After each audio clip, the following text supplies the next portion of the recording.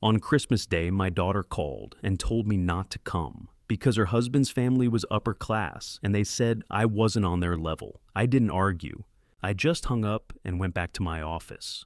A few days later, her billionaire father-in-law and my son-in-law came to my company to negotiate a big contract. They walked into the meeting room. They saw the Forbes magazine cover, then looked at me. Their faces turned pale when they realized that the father they had tried to push out of the family because they thought I wasn't on their level was the very CEO they had been pursuing for months. I truly appreciate you being here. Before we continue, take a moment to comment where you're watching from your city or country. It helps connect everyone here. Please note, parts of this story may include fictional elements for storytelling purposes. Any resemblance to real people or places is coincidental, but the message shared may still resonate with you.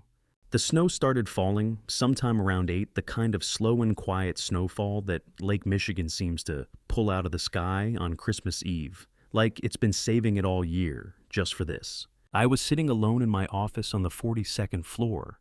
The city lights below me blurred soft and golden through the glass. And I was doing what I always do on this particular night. Not much of anything, really. A little paperwork, a little whiskey, a lot of staring at the dark water in the distance.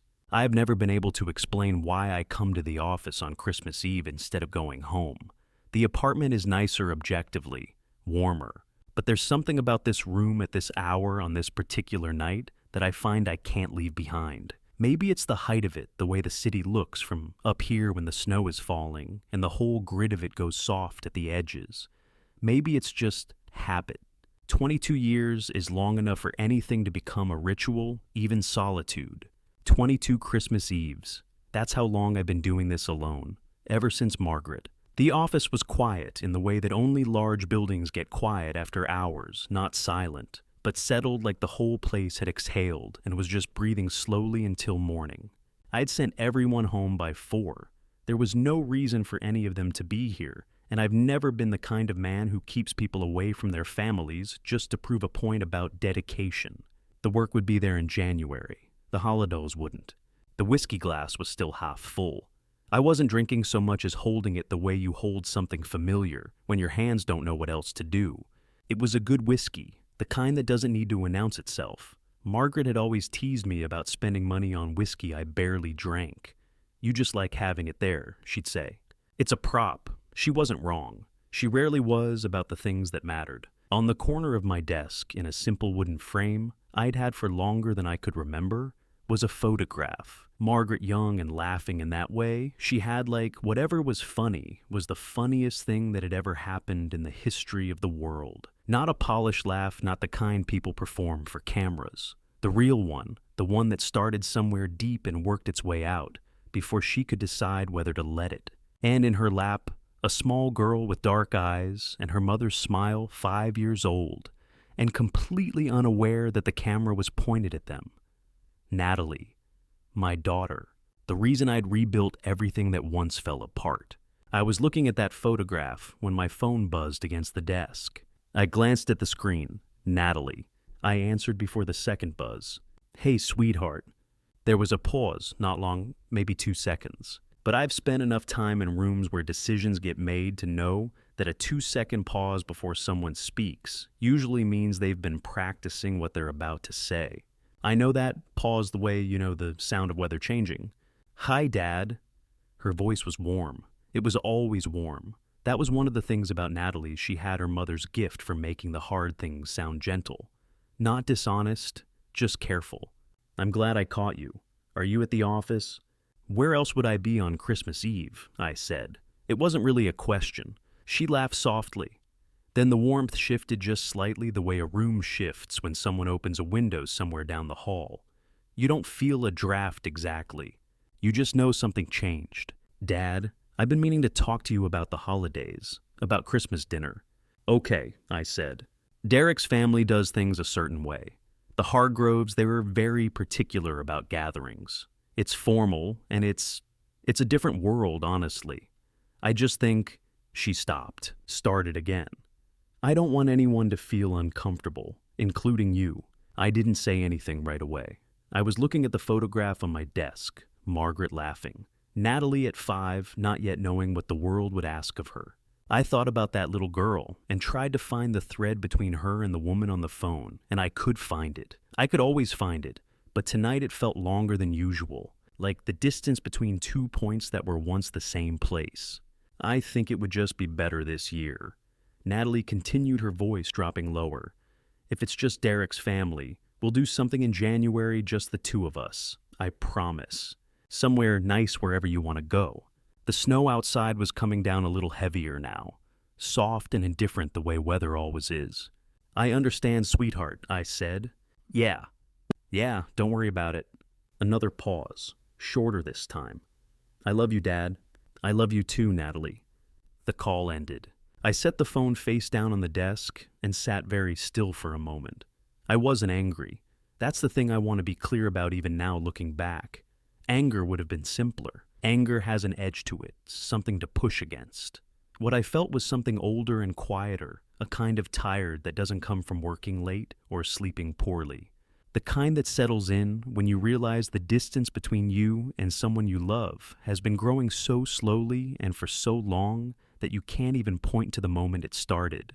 That's the worst kind of distance, the kind that arrives by accumulation without either person choosing it in any single moment. 30 years of building something from nothing, a company that employed 847 people, a name on a Forbes cover that I kept on the wall not out of vanity, but as a reminder of a specific period when several people had written me off and turned out to be incorrect.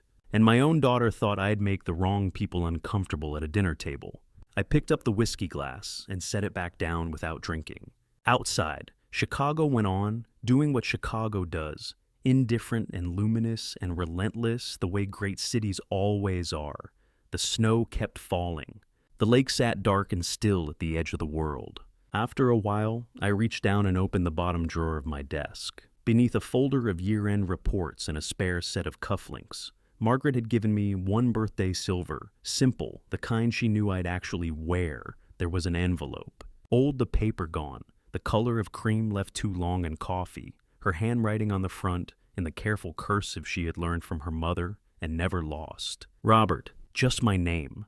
That was all she'd ever needed to write on the outside, because she always knew I'd know exactly what it was.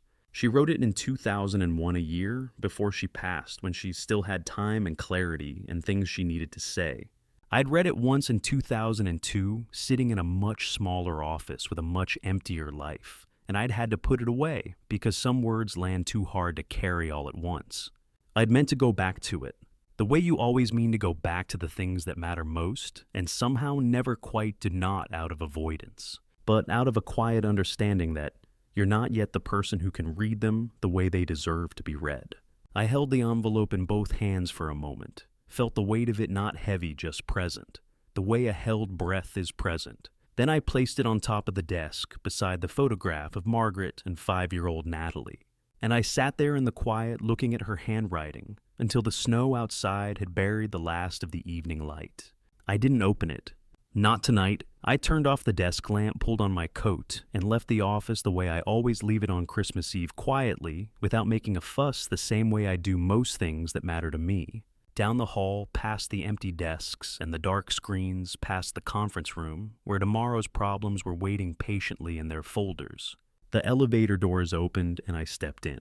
For a moment in the polished metal of the closing doors, I could see my own reflection, a 58-year-old man in a good coat, holding nothing, going home alone on Christmas Eve. I'd looked worse. The elevator descended, and outside the snow kept falling on the city, on the buildings and the river, and the dark, flat surface of the lake, the way snow always does. Without preference. Without memory. Without any particular interest in what any of it means. I didn't leave. I'd pressed the elevator button, watched the doors close, seen my own reflection staring back at me, and somewhere between the 42nd floor and the lobby, I'd changed my mind. I rode back up without really deciding to. Some nights the apartment feels too quiet in a way that the office with all its familiar silence does not. So I sat back down in the dark, didn't turn the lamp back on, just pulled the chair around to face the window and held the photograph in both hands, Margaret and Natalie, that frozen moment of pure and uncomplicated joy, and let the memories come the way they always come on this particular night. Not because I go looking for them, just because they know where I live. I remember the hospital corridor. It was 3 in the morning, the winter of 2002. The kind of cold that gets into a building no matter how hard the heating works. I was sitting in a row of plastic chairs outside a room I couldn't bring myself to go back into just yet. And Natalie, 8 years old, small for her age, wearing the sweater with the cartoon dog on the front that she'd refused to take off for 3 days, was asleep against my shoulder. Her breath was slow and even. Kids can do that, fall asleep anywhere, and something about it had always struck me as one of the bravest things a person can do. Just trust the world enough to close your eyes. Margaret had asked to speak with me alone earlier that evening. She'd waited until Natalie drifted off in the recliner by the window, then looked at me with those clear, steady eyes of hers, and said what she needed to say. "She has your stubbornness, Robert, and my blind spots. That's a difficult combination." A pause, the kind that means what comes next, has been thought about for a long time. Promise me you'll be patient with her, even when it's hard, especially when it's hard. I promised. I have kept that promise every day since. Though I'll admit there are ways of keeping a promise that look right from the outside and still manage to miss the point entirely. I remember her graduation, 2016, a university outside the city, a June afternoon that couldn't make up its mind between warm and overcast. I'd been in a meeting that morning that I genuinely could not leave, the kind that determines whether 400 people keep their jobs or start looking for new ones. I drove the 4 hours myself, rather than send a car, got there 12 minutes before they called her name, and sat alone in the back section of the bleachers with my jacket over my arm and a program I'd grabbed at the gate. When they announced her name, Natalie Ann Callahan, I clapped louder than anyone around me. A woman 2 seats over gave me a look. I didn't care.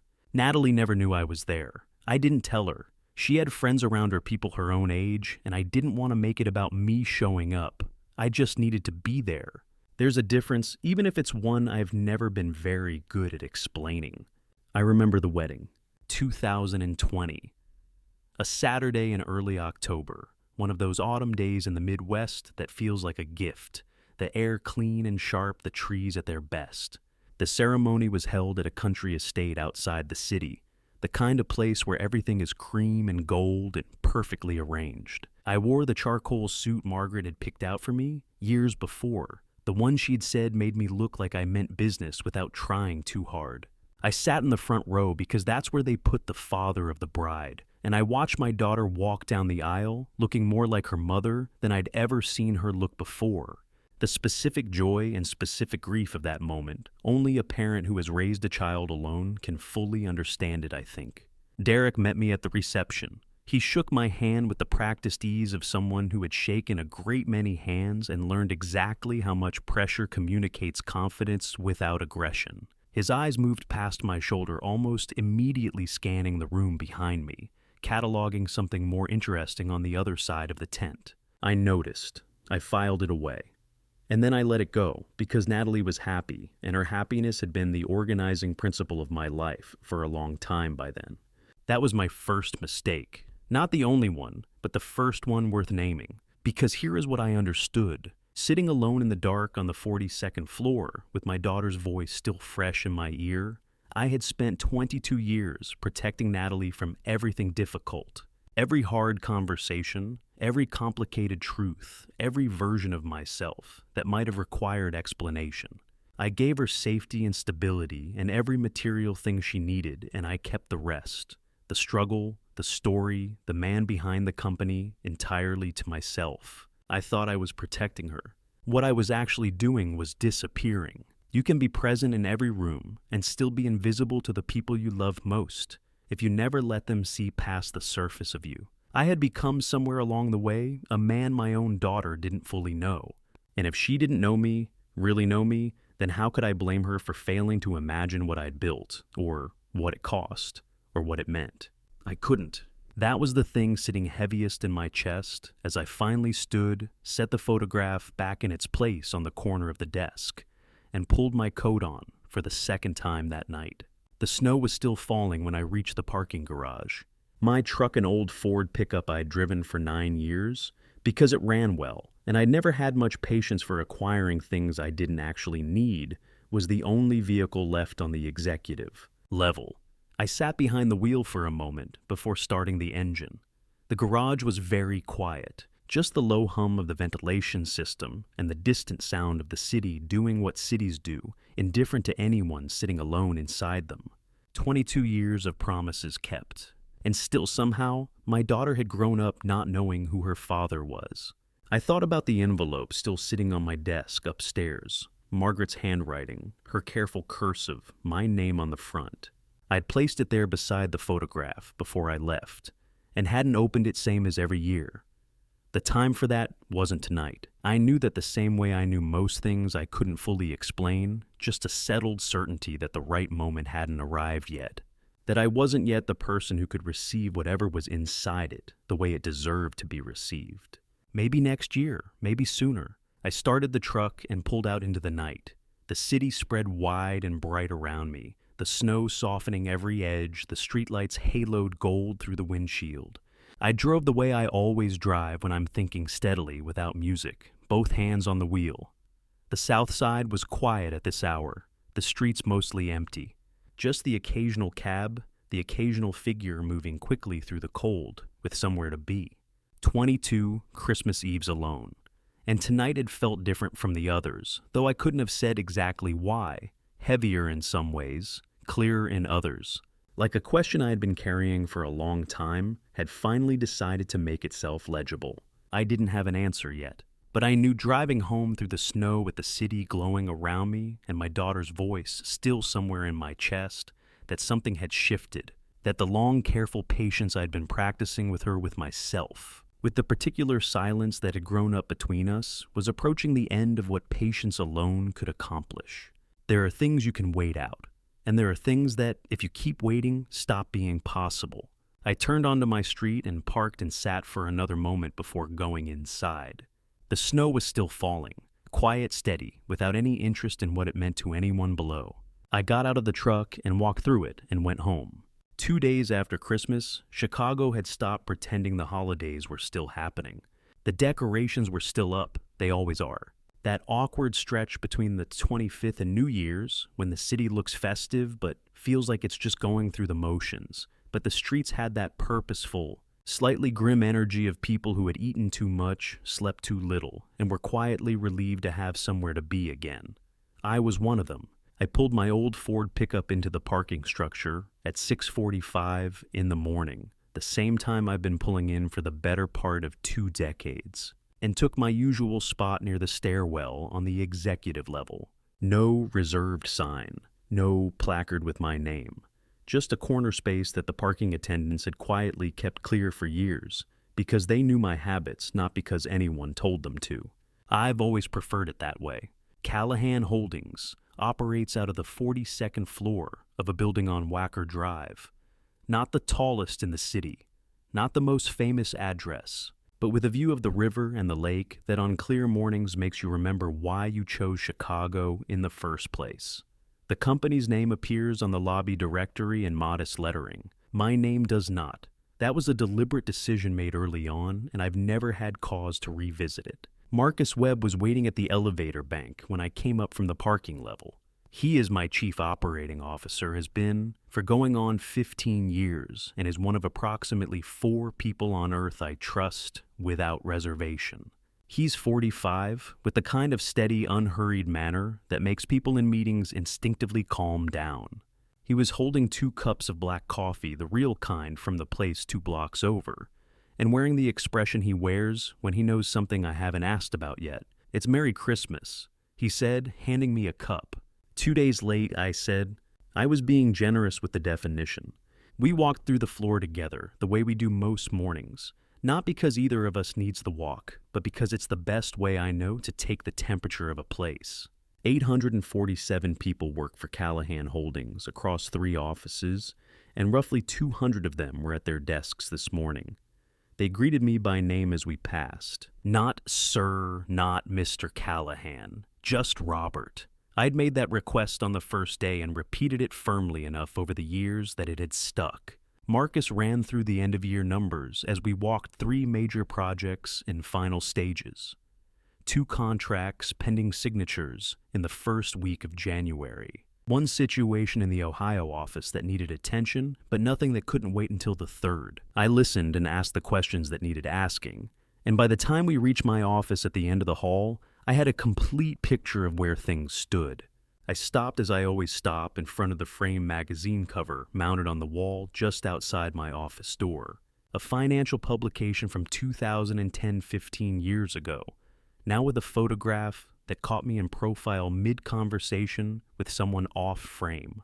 You couldn't make out much of my face. That had been entirely intentional. The headline read, "The Quiet Builders Chicago's Most Influential Companies You've Never Heard of." I hadn't put it up to celebrate. I had put it up to remember. To remember 200 square feet of rented office space in 1995, a desk bought secondhand, a phone borrowed from a friend until I could afford my own.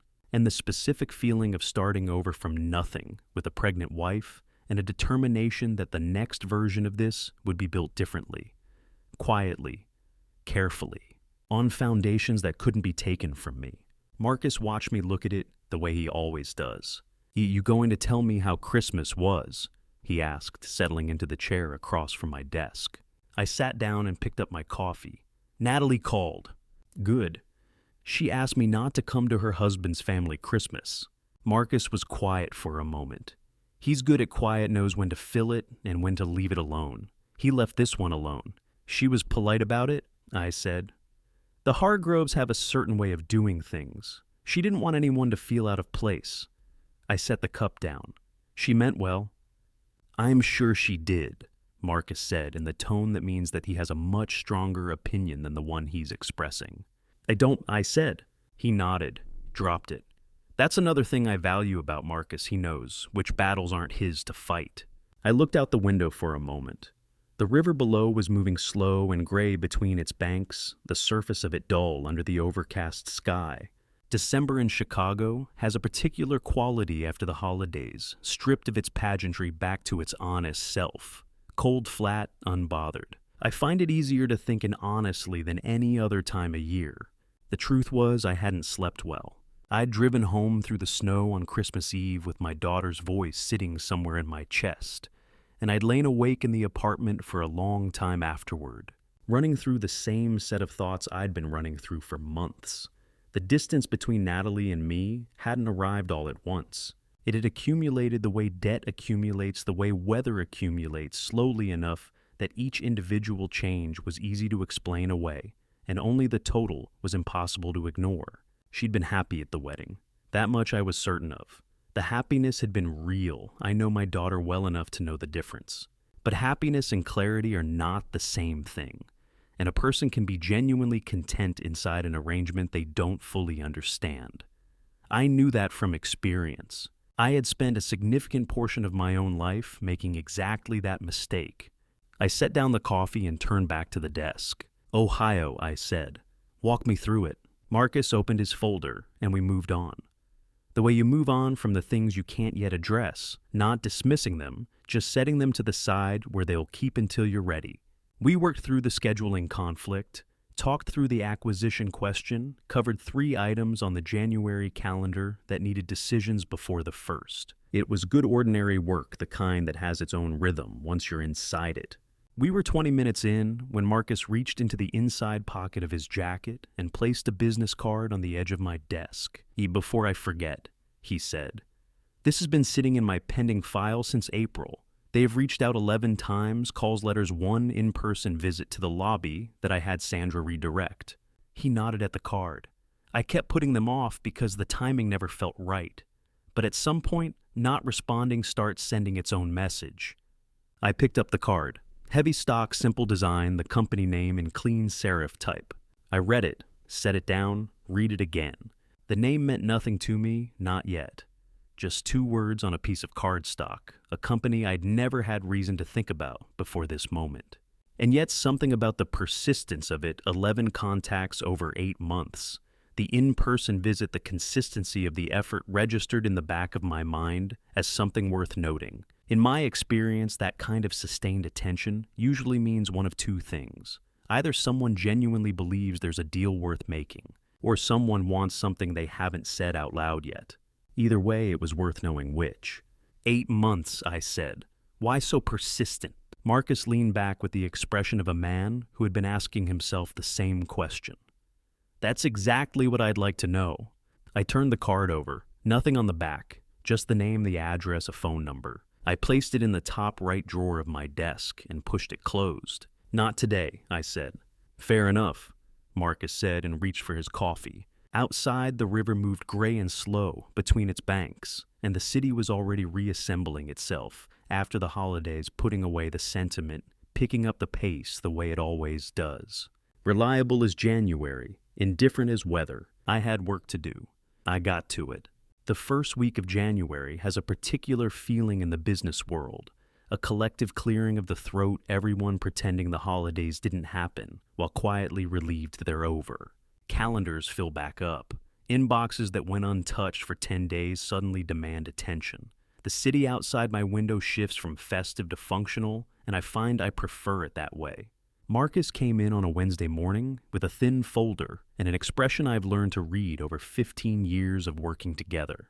There's a version of his face for financial problems, focused, slightly impatient, already calculating solutions. There's another version for operational headaches, resigned, methodical. And then there's this version, the one where his jaw is set a little too carefully and his eyes are doing more work than usual. That one means the problem isn't about numbers or logistics.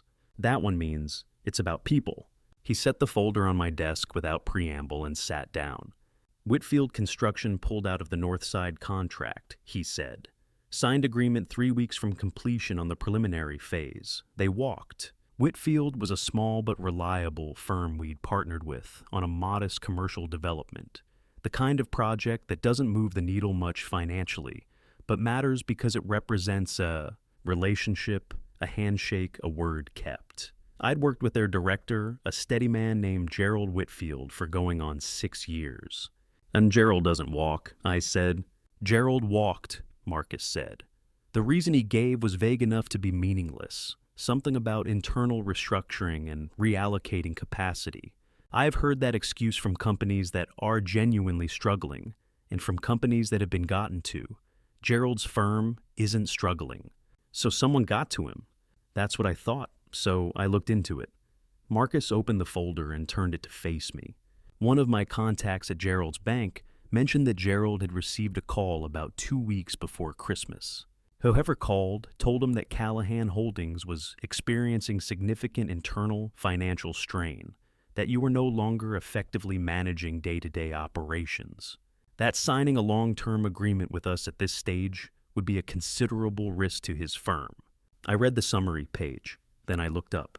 You have the call? Marcus reached into the folder and produced a small digital recorder. He set it on the desk between us and pressed play.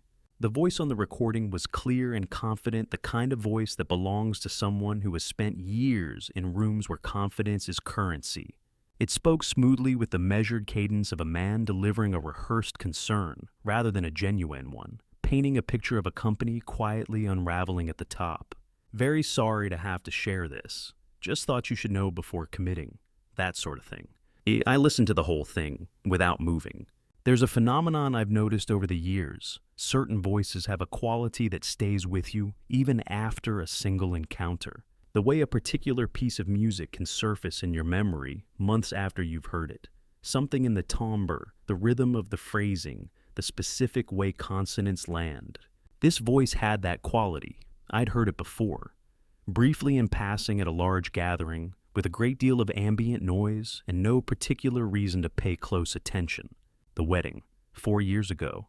A receiving line, a handshake, a few exchanged words over the noise of the reception tent. My son-in-law. I set the recorder down, looked at the wall across from me for a moment. Not at anything in particular, just giving myself the space to let that land properly before deciding what to do with it. I have a rule about decisions made in the first 30 seconds of anger. Don't. Whatever action you take in that window is almost always the wrong one optimized for how you feel, rather than what you want to achieve. So, I waited. Let the recognition settle. Let it become information rather than emotion. Then I picked up my coffee and looked at Marcus. What handle the Whitfield contract, I said. Find a replacement partner. There are 2 firms we've been meaning to bring in on something. Use this as the opportunity. Make sure Gerald doesn't suffer any collateral damage from this. He was worked on, not disloyal. Marcus nodded, writing. And keep watching, I said. Quietly. I want to know if this is a single incident or a pattern. Marcus finished writing, clicked his pen closed. Then he looked up at me with the careful expression of a man who has a question he's not entirely sure he should ask. Do you know who that is? He said. On the recording. I held his gaze. Yes. He waited a beat, giving me the opportunity to say more. I didn't take it.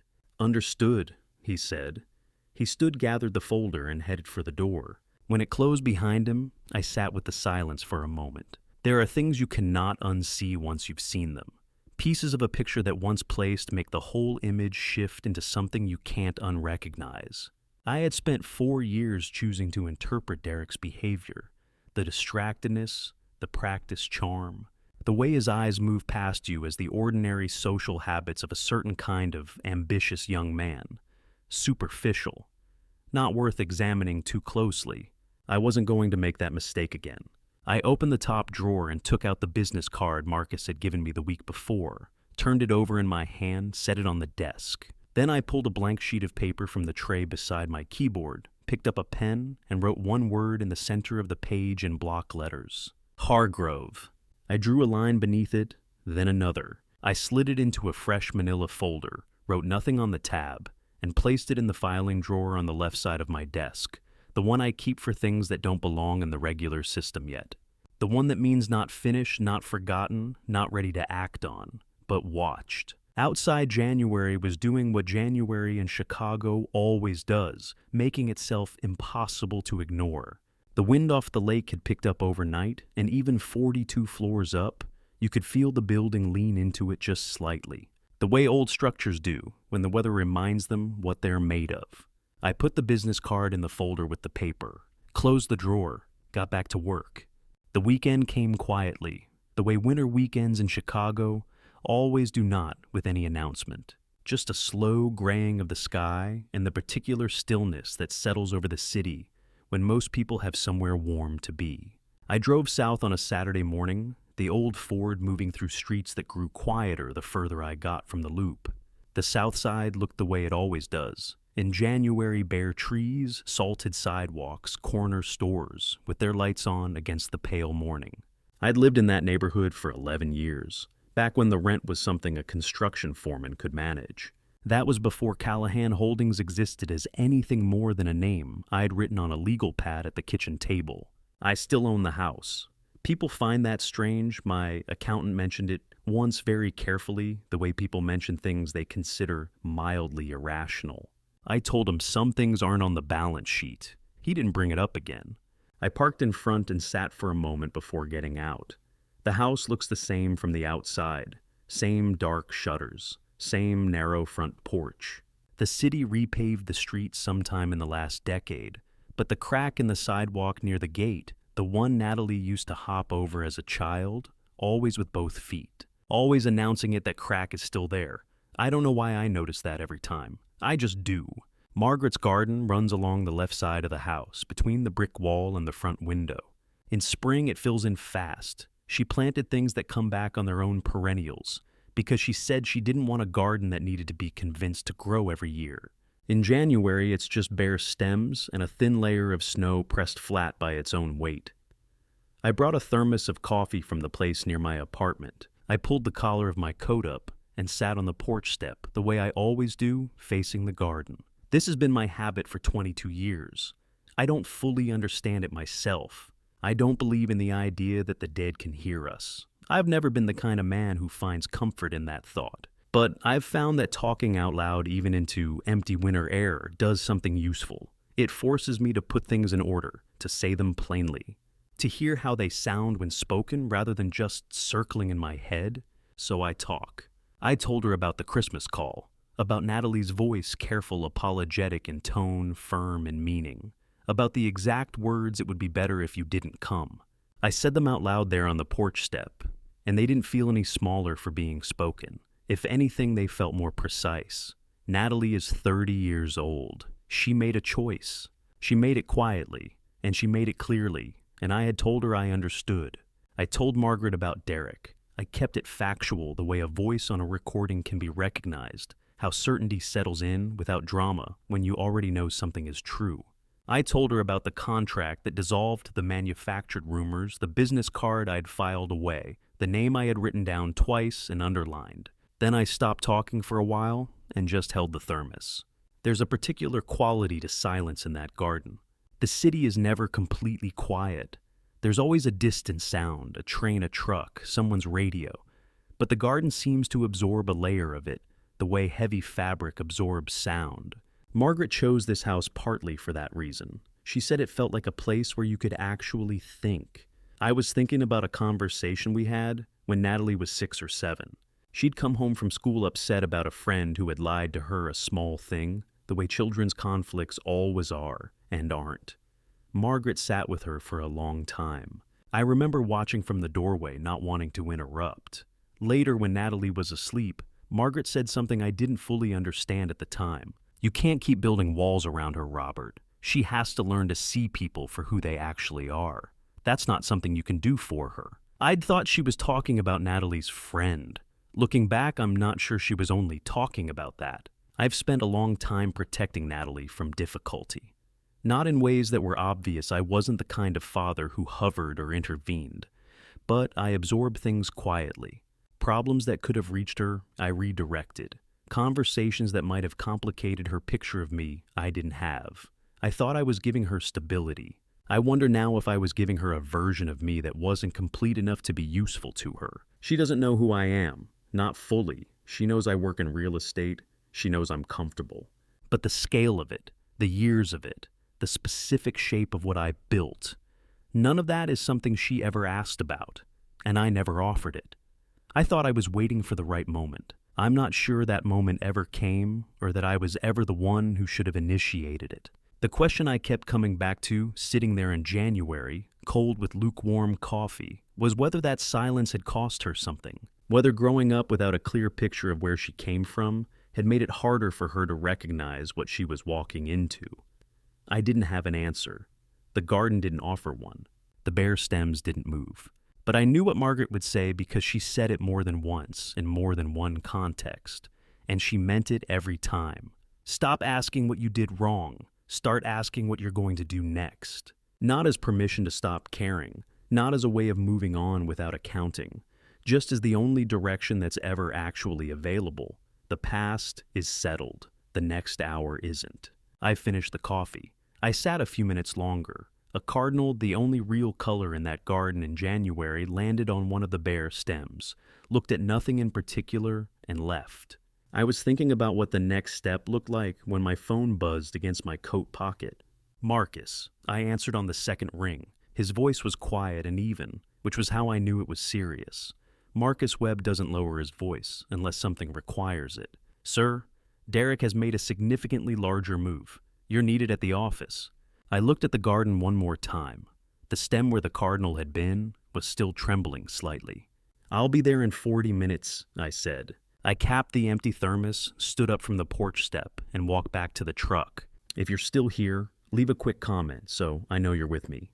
And tell me this. If you were in my position, would you stay silent and watch, or walk straight into that room and face them when it matters most?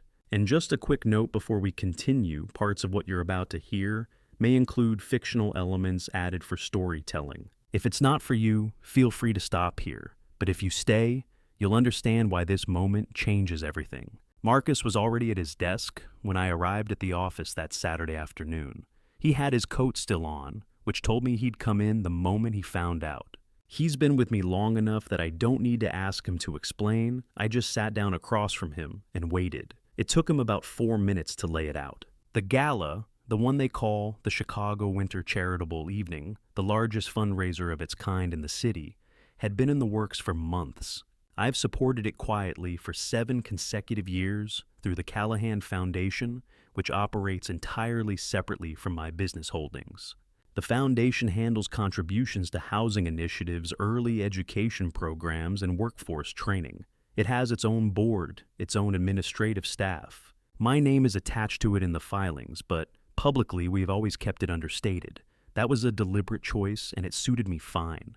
This year, someone had accessed the event's guest coordination process and removed my name from the confirmed attendee list.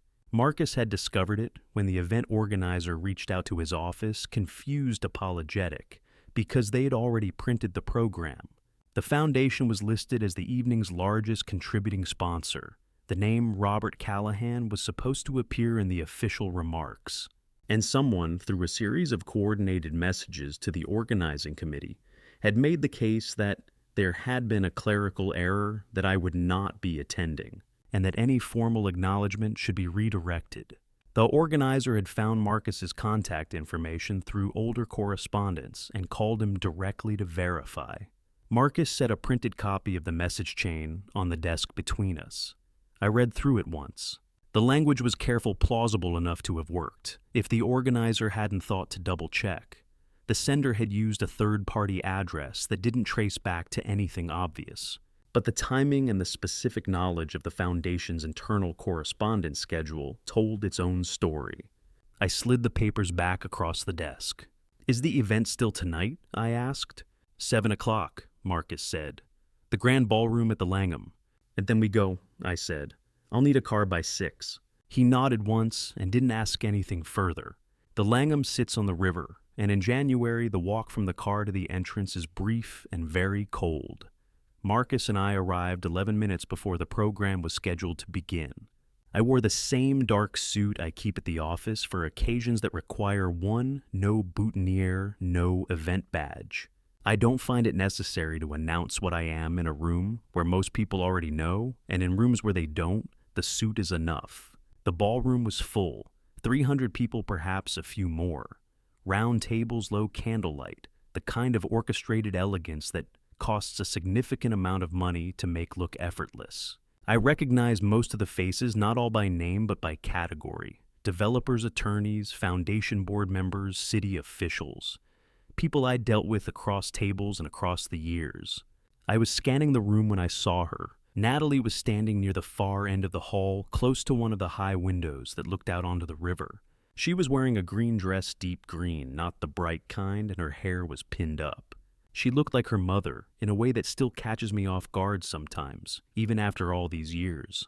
Not identical, but something in the posture, the way she holds her chin when she's listening to someone talk. Margaret stood the same way. Derek was beside her, one hand resting against the small of her back. From across the room, with the candlelight and the distance, it might have looked like the comfortable ease of a long partnership. I knew better. I'd known better since January, and I'd known something was wrong even before that, since the wedding, since the way he'd shaken my hand without looking at me. But Natalie looked comfortable. She was laughing at something the woman across from her had said, and the laugh was real. I know my daughter's real laugh. Whatever was wrong in that marriage, she still had moments of genuine ease. I held on to that. Standing to Derek's left was a man I didn't immediately place. Tall, silver-haired, the kind of posture that comes from decades of believing a room belongs to you. Something about his face was familiar in the vague way that faces sometimes are a shape, a quality of attention. But the name didn't surface. I moved on. The program began at 7:15. The MC was Efficient, a woman I recognized from the Foundation's board correspondence, and she moved through the opening remarks at a good pace. When she reached the sponsor acknowledgments, she paused slightly before reading the largest contribution. "This year's lead benefactor," she said, "through the Callahan Foundation, Mr. Robert Callahan." The room turned. That's the only way to describe it, not dramatically, not all at once, but the way a room shifts when a name lands with weight. I was already walking toward the stage. I kept it short, 2 minutes maybe, slightly under. I spoke about the Foundation's work, the apprenticeship program that had placed over 200 people in skilled trades positions in the last 3 years, the early literacy initiative in 4 Southside schools. I didn't speak about myself. There was nothing to add on that front that the work didn't already say. When I stepped off the stage, I took a route back through the room that passed near the windows. I didn't plan it exactly, but I didn't avoid it either. Natalie saw me coming before I reached her. I watched her expression change, surprise first, then something more complicated and harder to name. Derek's hand moved slightly at her back. I met her eyes for exactly 1 second. I held them. Then I gave a single small nod, the kind that says, "I see you, and I'm not making this harder than it needs to be tonight," and kept walking. I heard nothing behind me. No voice called out. I didn't expect one. Marcus fell into step beside me near the rear of the room, and we were at the coat check within 2 minutes. In the car, he said, "The man standing next to Derek, silver hair left side. He watched you walk off that stage and didn't stop watching until you were at the door." I thought back. The tall man, the familiar posture. "Did you recognize him?" I asked. "Not yet," Marcus said, "but I will." I looked out the window at the river, dark and flat under the January sky. "Take your time," I said. I didn't take the highway home. There was no particular reason for it. The highway would have been faster, cleaner, fewer lights. But I turned onto Michigan Avenue instead and drove north through the city at whatever pace the traffic allowed. Sometimes the longer route is the right one. Not because it gets you somewhere different, but because it gives you more time inside your own head before you have to step back into everything else. The city was quiet the way it gets on a January Saturday night, not empty but settled. The kind of quiet where the streetlights seem brighter than they actually are, reflected off the snow along the curbs. I kept both hands on the wheel and didn't turn on anything. No music, no radio. Just the road and whatever I was trying to sort out.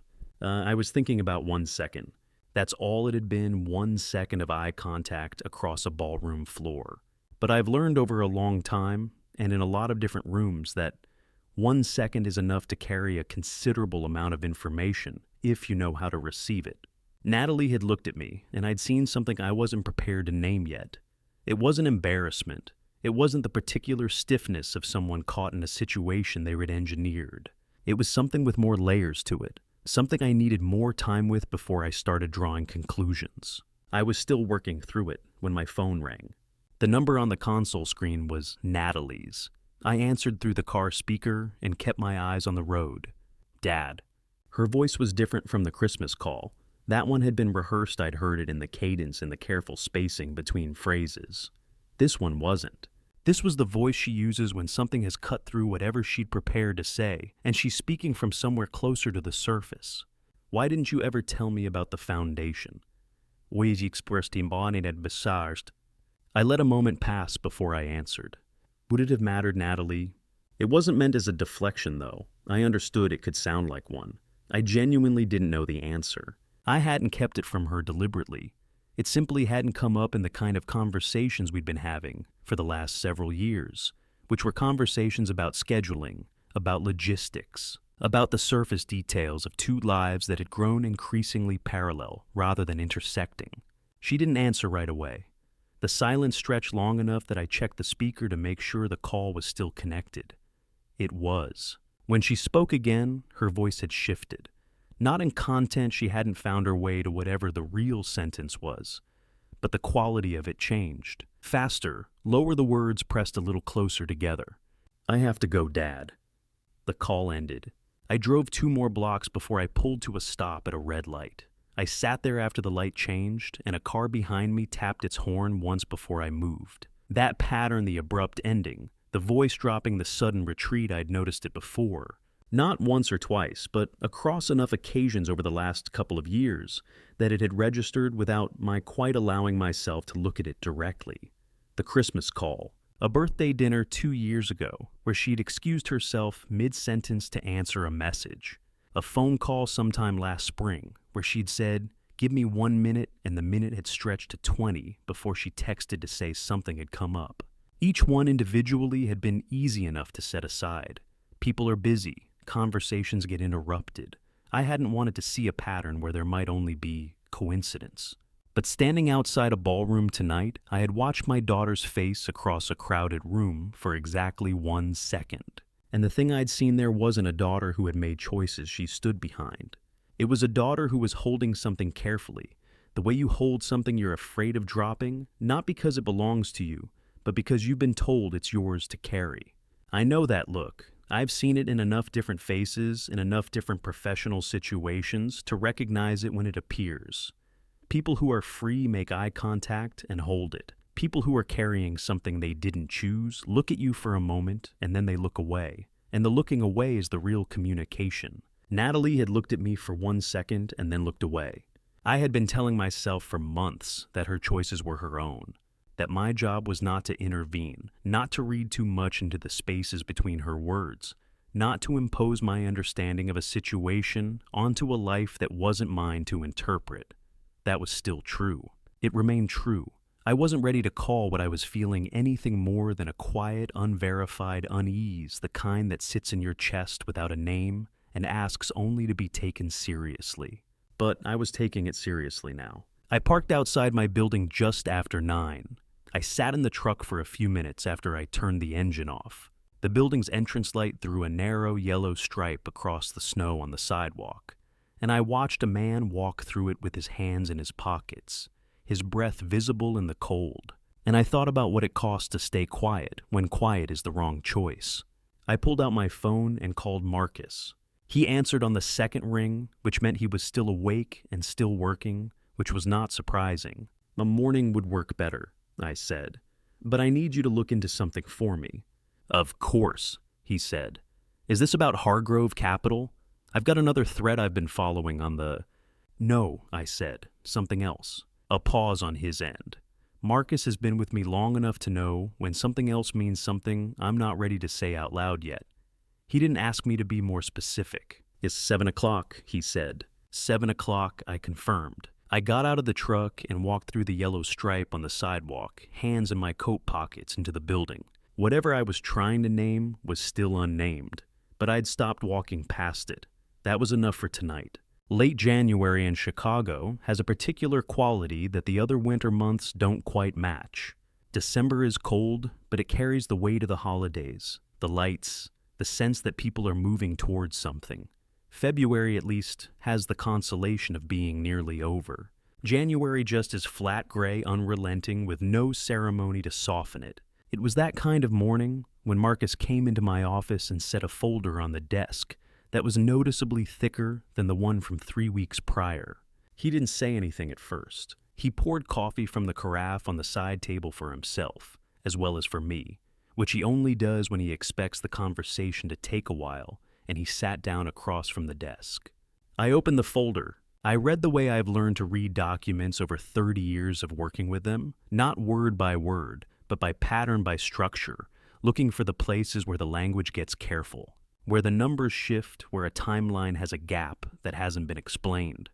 I turn pages at a steady pace: land acquisition records, partnership filings, correspondence logs, incorporation documents going back to the mid-90s. Then I reached a page near the back of the stack and I stopped. A name, a project designation, a year. I set the page down flat on the desk and looked at it for a moment without touching anything else. What I knew then, 1994. I was 28 years old, and I believed with the particular certainty that belongs to people who have worked very hard for something and can finally see it taking shape, that I was building something that would last. The company was small, 12 employees, a rented office in a building that also housed a dry cleaner and an insurance broker. We did residential construction, mostly renovation work, with 2 larger projects in progress. I'd taken on debt to fund the growth, which was the standard approach and which I understood the risk of, and I was managing it carefully. Margaret was in her 6th month, and we just moved into the South Side house. Everything felt like it was arriving at the same time, which I think is true for a lot of people. At 28, the work and the life and the future all converging at once. A man named Edward came into that picture through a mutual contact in the development community. He was 34, already established, with a reputation for identifying undervalued parcels in suburban corridors before anyone else moved on them. He had the kind of confidence that reads as competence until you've seen enough of it to understand the difference. He proposed a joint venture on a residential development project in a northwestern suburb, a significant parcel, the kind that if it worked, would have set my company on a different trajectory entirely.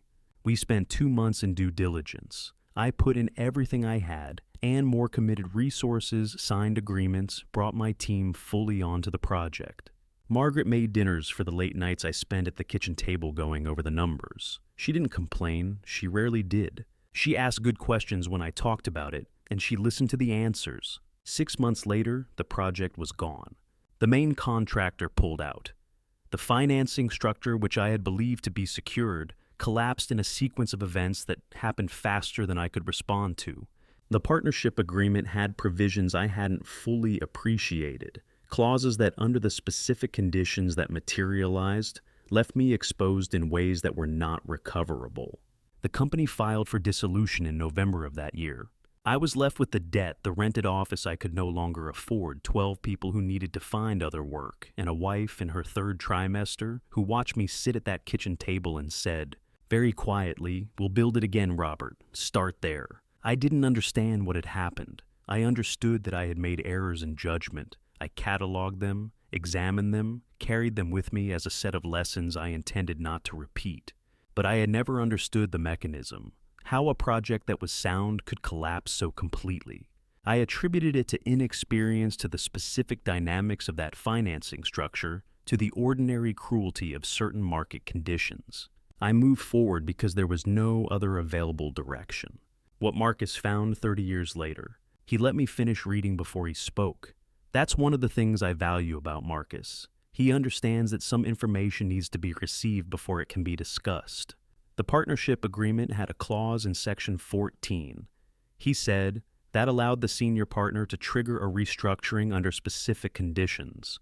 Those conditions were written narrowly enough that they wouldn't normally occur unless someone with access to the project's internal financial reporting chose to create them. I looked up at him.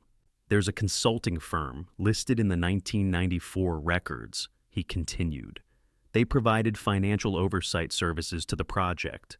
They were contracted by Edward, not by the joint venture, but by him personally through a separate entity. Their assessment of the project's viability was submitted to the financing institution 12 days before the main contractor withdrew.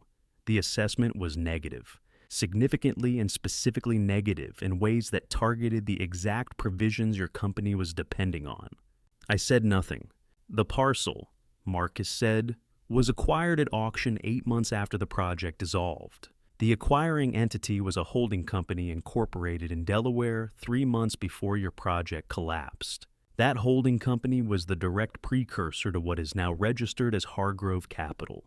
The room was very quiet. Outside, the January sky sat low and gray over the city. I should have cross-referenced the family connections earlier, Marcus said, and his voice carried something in it that was not quite an apology and not quite anything else, just the plain statement of a man who holds himself to a standard. I was looking at Hargrove Capital as a business entity. I wasn't running searches on family names. If I had, "You found it," I said. "That's what matters." He nodded once and didn't say anything further on that point. I closed the folder. I looked at the window for a moment, the flat gray light, the top floors of the building across the street. "Where is he now?" I asked. I already suspected the answer, but there is a difference between suspecting something and having it confirmed, and I wanted the confirmation said out loud. Marcus looked at me directly. "He's been attempting to reach this office for 8 months, he said. "The business card, the 11 unanswered contacts, and his son married your daughter 4 years ago." I closed my eyes. Not for long, 5 seconds perhaps. The kind of pause that isn't weakness, but is the only honest response to a certain category of information, the kind that reorders everything you thought you understood about a 30-year stretch of your own life. Then I opened them. Marcus closed the conference room door behind him before he sat down. That alone told me something. In 15 years of working together, Marcus has closed that door exactly 3 times before today. Once when he had to tell me a project manager had been taking payments from a subcontractor. Once when a regulatory filing had an error that required immediate attention. Once when he got the call that his father had passed, and he needed a private room to collect himself before telling his team. He closed it now and sat across from me, and his expression was not the expression of a man who was worried. Worried is something Marcus does with his hands, a slight movement, a pen tapped twice on the table. This was different. This was the face of a man who had looked at something clearly and did not enjoy what he saw. I waited. "The North Chicago parcels," he said. I knew the one, 4 acres in a corridor that had been underutilized for the better part of a decade, a former light industrial zone that the city had rezoned for mixed residential use 18 months ago. I'd been patient with it running the planning process, carefully keeping the development timeline flexible while we worked through the community engagement process. The project workforce housing, 400 units at rates accessible to households in the middle income range, was the largest single initiative Callahan Holdings had planned for the next 5 years. It was the kind of project I built the company to do. "What about it?" I asked. Marcus laid out what he'd found, and he did it the way he always does, sequentially, without editorializing, letting the facts establish their own weight.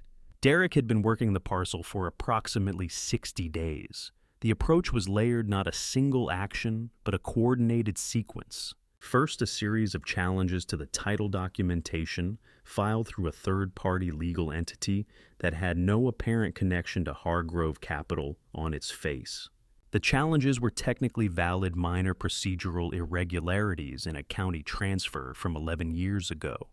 But the timing and the specificity of the filings suggested that someone had done careful research before pulling the trigger. While the title was under challenge, a separate set of conversations had begun with 3 of the smaller investors who held minority positions in the parcel's development entity.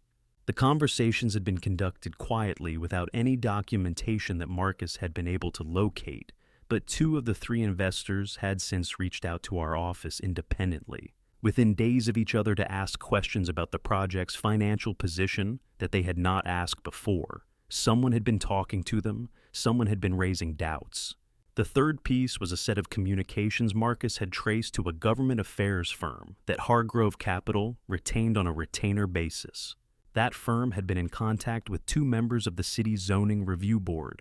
The content of those communications wasn't accessible, but the timing immediately following the title challenges formed a clear enough picture. Marcus placed a printed summary on the table between us and let me read it through once. "He's using Hargrove Capital's name on the filings," I asked. "The third-party legal entity," Marcus said, "is incorporated under a different name, but its registered agent is the same individual who handles 3 other Hargrove Capital subsidiaries. It's the same tree, different branch." I set the summary down. "There is a particular kind of calculation that belongs to someone who believes they understand the proportions of a conflict, who the parties are, what resources each side can bring, how long a sustained engagement could run." Derek had made that calculation. He'd looked at a parcel held by a private real estate company and concluded that a sustained legal and political campaign backed by Hargrove Capital's resources and relationships would eventually create conditions that made holding the parcel more costly than releasing it. He was planning for attrition. He was planning to win by exhaustion. He had no way of knowing whose property he was targeting.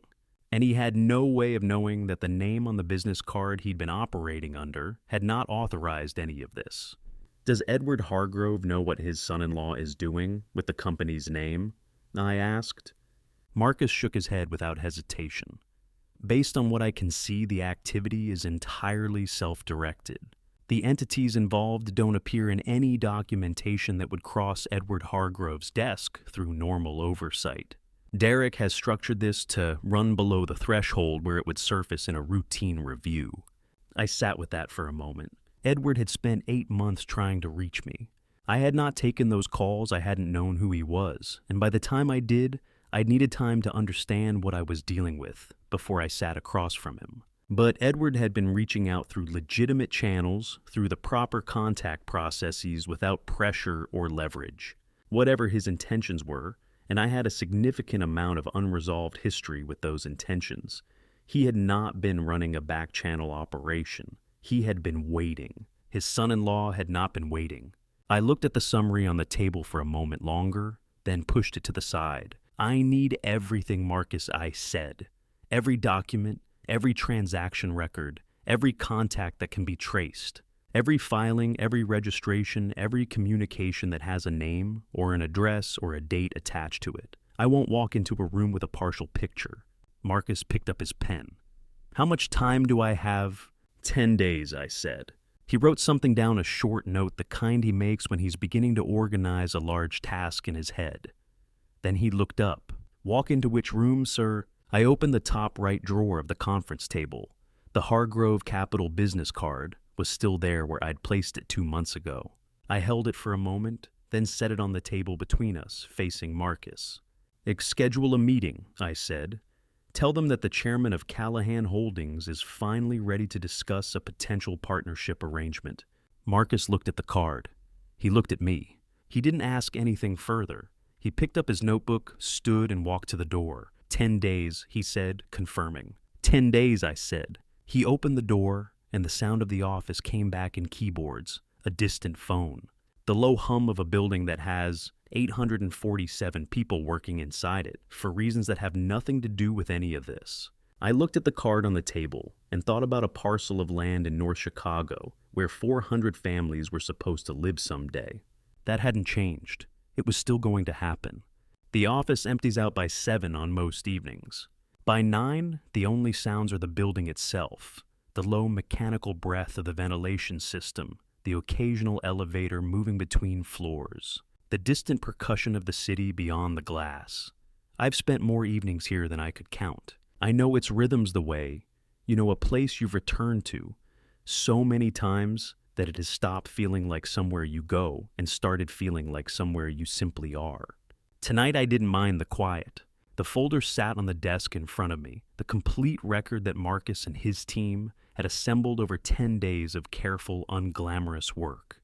Bank filings and corporation records, communication, traces third-party assessments. A documented timeline of 31 separate actions taken against Callahan Holdings, interests over the preceding 8 months. Every document was tabbed, every relevant passage marked with a small colored flag. Marcus doesn't do things halfway. I had read it 3 times. I didn't need to read it a 4th. The desk lamp was the only light on in the office. I had a cup of coffee to my left, cold now untouched for the last hour. I hadn't been drinking it so much as keeping it there. Something about having a cup of coffee on the desk makes a late night feel intentional rather than just prolonged. I reached into the bottom left drawer and took out the photograph. Not the one that sits in its frame on the corner of the desk. That one is from Natalie's childhood, Margaret holding her at the house, a summer afternoon. This one was smaller, unframed, printed on the kind of paper that photographers used in the early 90s, when everything was still developed at a shop and handed back to you in a paper envelope. The edges had softened with time. I kept it in the drawer because it felt too private for the desk. It was from 1993. Margaret and I were standing outside a building downtown. I don't remember now which one or why we were there, and someone had asked if they could take our picture, and she'd said yes before I could respond, which was entirely like her. She was 25. I was 27. She was laughing at something, probably at me, which was also entirely like her, and I was looking at her instead of the camera. We had nothing yet in 1993. The first company didn't exist. The Southside house didn't exist. Natalie didn't exist. There was just the 2 of us and whatever we were in the process of becoming, which we didn't know yet, which I think was part of why she was laughing. I held the photograph under the lamp for a long moment. Then I set it on the desk beside the folder and looked at both of them together, the record of everything that had happened in the last 30 years. And the image of 2 people who didn't know any of it was coming. And I asked myself the question I'd been circling all evening without quite landing on it directly. What do I actually want from tomorrow? Not from Edward, not from Derek, not from the meeting as a tactical event, or from the documents in the folder, or from the legal position that Marcus had spent 10 days constructing with care. Those were instruments. I knew what I wanted from them. What I didn't yet have a clean answer to was the question underneath the one that has nothing to do with strategy. I wanted to look at myself clearly and recognize the person I saw. That sounds simpler than it is. I've spent 30 years making decisions under pressure, most of them, in rooms where I was the only person who didn't want something from me. I've done things right, and I've done things wrong, and I've done things that were neither just necessary. But there is a specific quality of self-recognition that I've found matters more than most of the external measures the ability to look at your own actions honestly and find that you can account for them. Not perfectly, not without regret in places, but account for them. The man I wanted to be tomorrow was the man Margaret had trusted when she'd said, "We'll build it again," on the worst night of 1994. Not because he was impressive or because he was winning, or because the room respected him, because he didn't need to diminish anyone else in order to stand up straight. That was still the standard. It hadn't changed. I pulled a notepad from the desk drawer, a plain one, the kind I use for working notes, and I wrote something on it. It took me about 2 minutes. It wasn't long. I didn't read it back.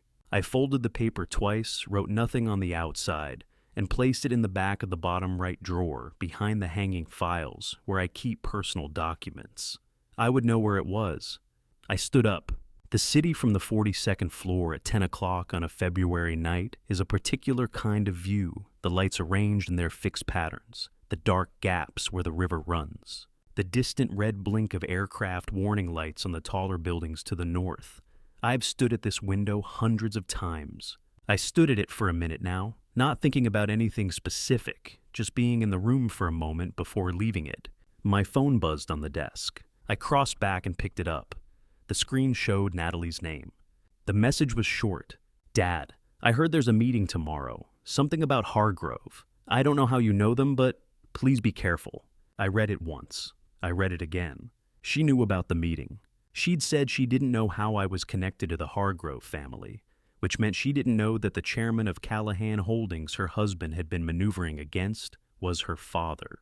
She was warning me about a meeting she thought I was walking into from the outside. She was worried about me.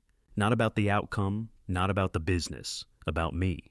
I typed 3 words and sent them before I could revise them into something more measured. "I'll be fine." I put on my coat, picked up the folder, turned off the desk lamp, and walked out of the office.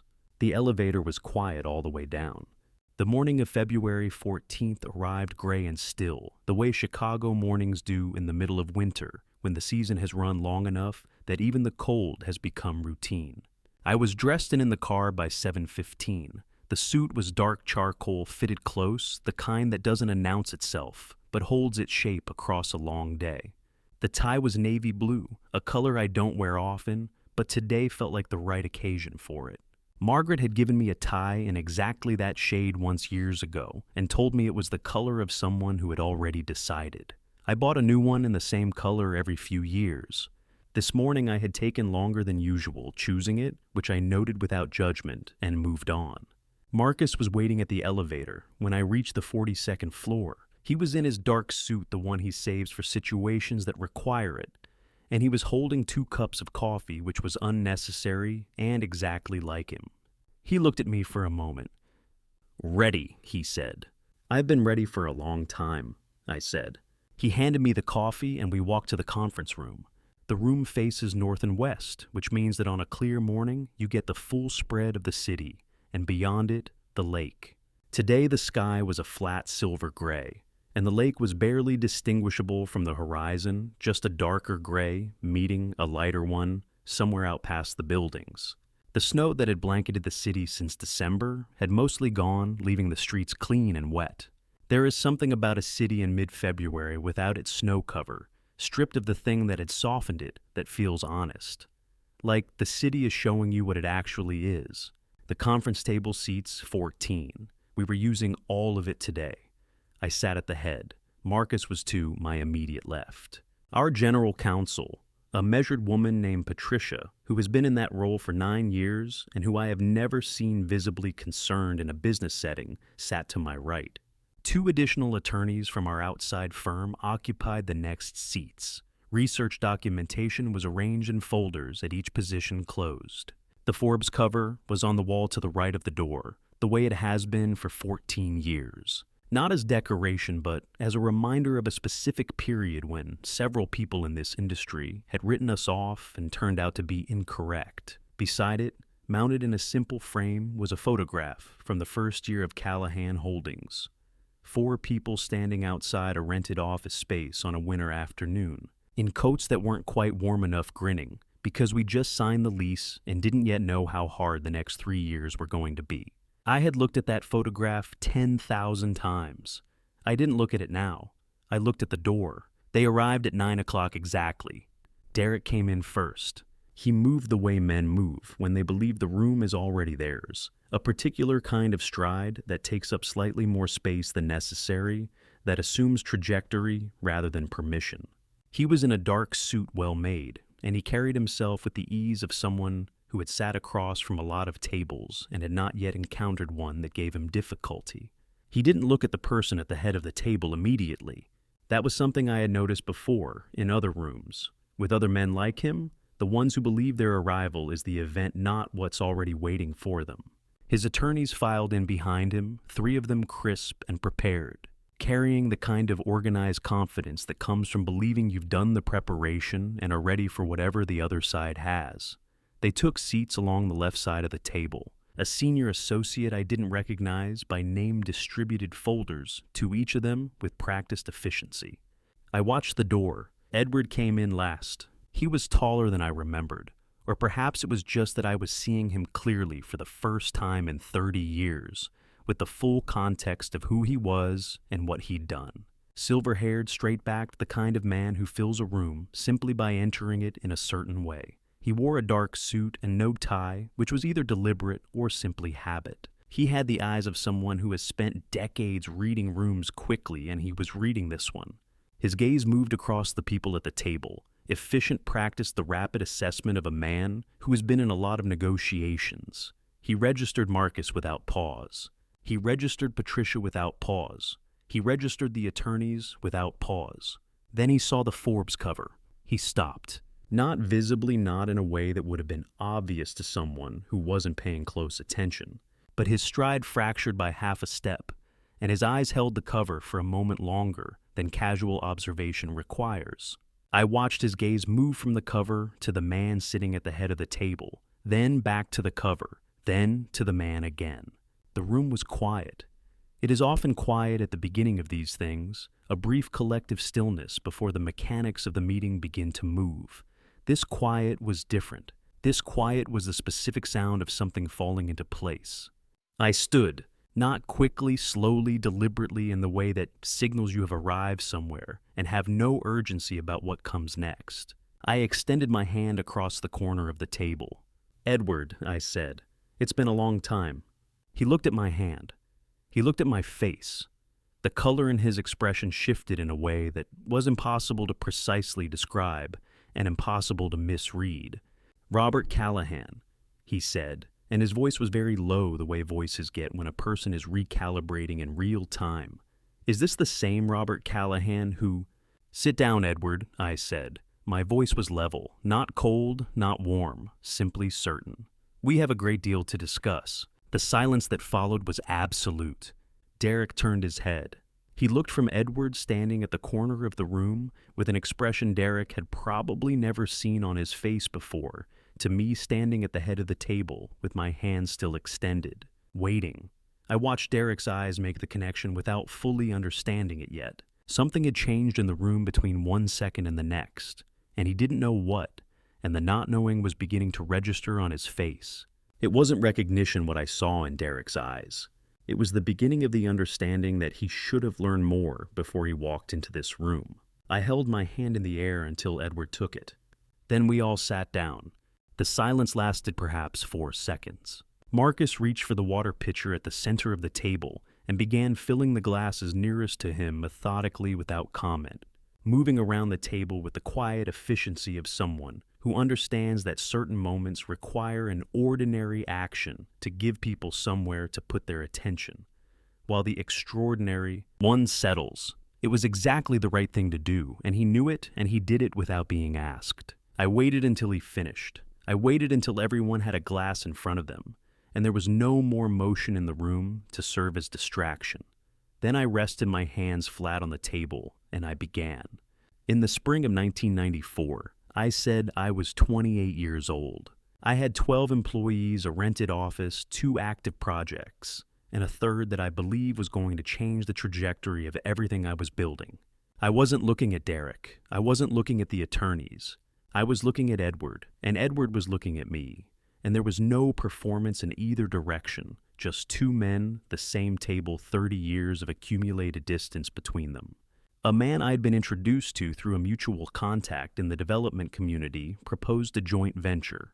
A residential parcel in the Northwest Corridor, significant size, good positioning, the kind of project that could have established my company as something more than a regional renovation outfit. I committed everything I had to it, every resource, every relationship, every dollar of credit I could access. I didn't modulate my voice for effect. I didn't slow down at the difficult parts or speed through them. I kept the same pace throughout, because the facts stated plainly and in sequence carry their own weight without assistance. It was 6 months and the project collapsed. The main contractor withdrew. The financing structure failed in a sequence that happened faster than I could respond to. Partnership clauses. I had not fully understood, created exposure I couldn't recover from. The company filed for dissolution in November. 12 people needed to find other work. I was left with the debt. I paused for a moment, not for effect, but because what came next required its own sentence. My wife was in her 3rd trimester. No one at the table moved. Patricia, who had heard none of this before today, kept her expression professionally neutral, which I knew from 9 years of working with her was a deliberate act. Marcus had his hands folded on the table. He already knew the story. He was watching Edward. I spent years believing that what happened was the result of my own errors in judgment, and some of it was. I was 28. I made decisions I would make differently today. But what I didn't understand, what I had no way to understand at the time, was that the structure of that failure was not entirely accidental. Edward had not moved. He had not looked away. He sat across the table from me, with his hands folded in front of him, and the expression of a man receiving an accounting he has known at some level was outstanding for a long time. The land that project was built around was acquired at auction 8 months after my company dissolved. The acquiring entity had been incorporated 3 months before the project failed. That entity became the foundation of what is now registered as Hargrove Capital. The room was very quiet. I had said all of this without accusation, without the kind of language that turns a fact into an indictment. I had simply described a sequence of events in the order they occurred, and I had let the sequence speak for itself. This was deliberate. I had made a decision somewhere around midnight the previous evening that I was not going to walk into this room and perform anger. I had spent 30 years being angry in the ordinary background way that people are angry about things they can't resolve and can't fully set down. I was done performing it. Today I was just going to tell the truth and see what it produced. When I finished, the silence stretched for a long moment. Then Edward said, "I remember." 2 words, quiet, flat, without inflection. He wasn't offering an explanation. He wasn't mounting a defense. He was simply confirming that the account I had given was accurate, that this was not a misunderstanding or a conflation or a case of incomplete information on my part. He remembered. He had always remembered. He was saying with those 2 words that the debt had been on his books for 30 years, the same way it had been on mine. That was more than I had expected. I don't know exactly what I had expected, some version of a defense, perhaps some reframing of events to distribute the responsibility differently. What I received instead was confirmation, plain and quiet and without caveats.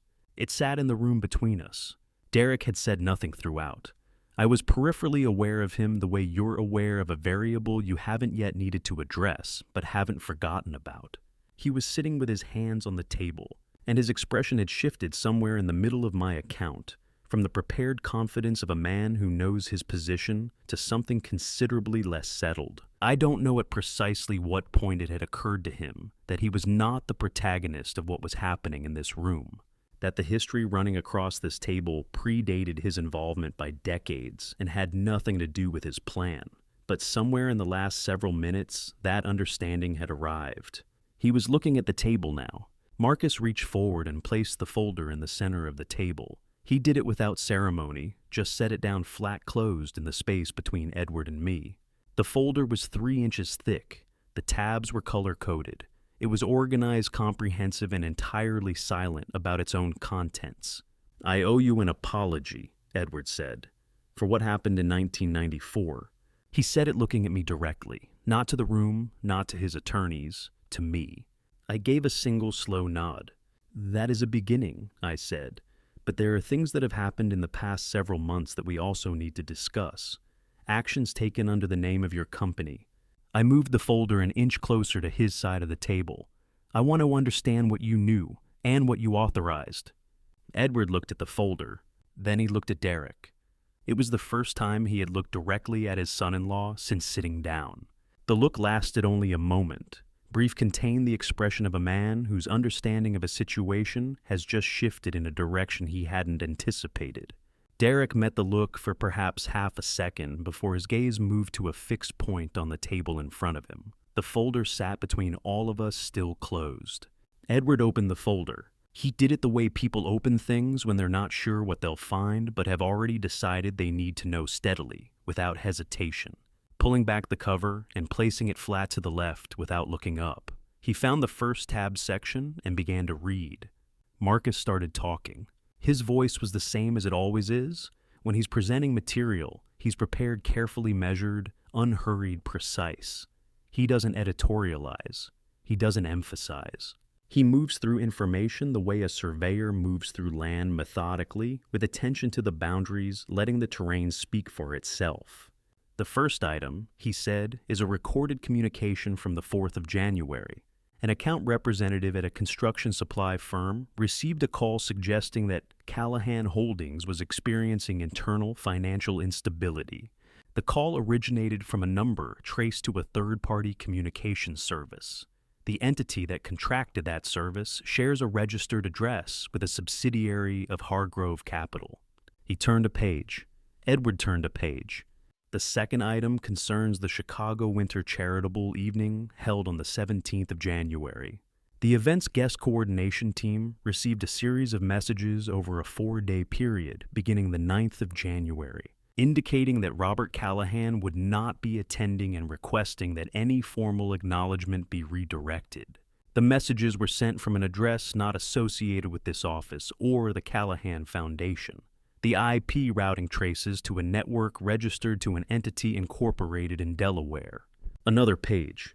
Edward's hand moved across the paper. I watched his face not because I was looking for a particular reaction, but because faces tell you things in moments like this that nothing else will, the small recalibrations, the expressions that come and go too quickly for anyone to have composed them deliberately. What I saw in Edward's face over the course of those pages was not shock exactly. It was the specific expression of a person who is discovering that something they hadn't known was happening had nonetheless been happening in their name, and who understands, with each additional page, exactly what that means, legally, professionally, and in ways that have nothing to do with either. Marcus continued. He laid out the North Chicago parcel. The title challenges the investor contacts the government affairs communications. He presented each element in sequence with documentation attached cross-reference to the relevant Hargrove Capital entity. He was thorough without being exhaustive. He covered everything that needed to be covered and stopped when the record was complete. Derek interrupted twice. The first time was somewhere around the third section, a short interjection, something about context and timing that began with, "What you have to understand is..." Marcus paused, waited until Derek finished, and then resumed from exactly where he had left off without acknowledging the interruption or adjusting his presentation in any way. As if the interjection had been weather notable briefly and then passed. The second attempt came near the end. It was shorter and less structured than the first, the verbal equivalent of reaching for something to hold on to and not finding it. Marcus waited again, resumed again, with the same even pace. When Marcus finished, he closed his own copy of the folder and placed it neatly in front of him. He said nothing further. He had said everything he needed to say.